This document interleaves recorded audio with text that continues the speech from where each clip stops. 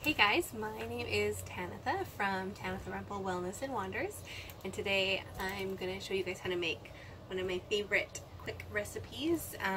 It's an owie spray, but it can also be used as a little tushy spray if you have any little kiddos in diapers. It can be used as an after sun skin soother. It can even be used as an after bite. So it's a good one to have if you're camping, or if you just have busy kids that like to get hurt or tend to get hurt. It's a really great thing to have on hand. So today I'm going to make it in I believe this is a 2-ounce spray bottle. You can make it in any size that you'd like. In the past I've always made 1 ounce. I just got bigger bottles this time. And so the 4 ingredients are tea tree or melaleuca. So it is very cleansing to the skin. It's going to prevent infection from happening, and it's also kind of has a bit of a cooling sensation on the skin. And then the second oil we're going to use is frankincense, and frankincense is a really strong anti-inflammatory. So it takes away the pain pretty quickly, and it also will really help with that healing of the skin, as well as cleaning out whatever the owie is. And last but not least, lavender. Most people know about lavender oil. Again, it's also very soothing, very cleansing. It's also calming, and these three together are just like a powerhouse for any skin issues. So all we're gonna do, in the 2-ounce bottle, I usually do 3 drops each. In the 1 ounce, so in the 2 ounce, we're gonna do 6 drops each.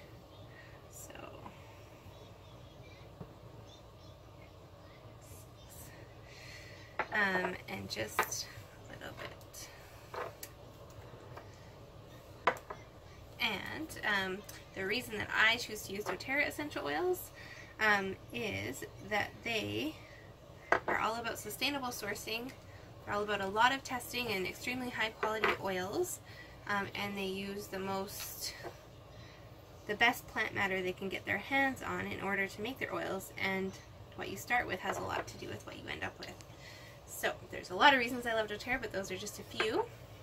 And then if you're going to be doing some essential oil DIYs, I recommend getting yourself a little funnel. It saves some mess. I still make a mess sometimes though. And so this is fractionated coconut oil. It is my favorite carrier oil.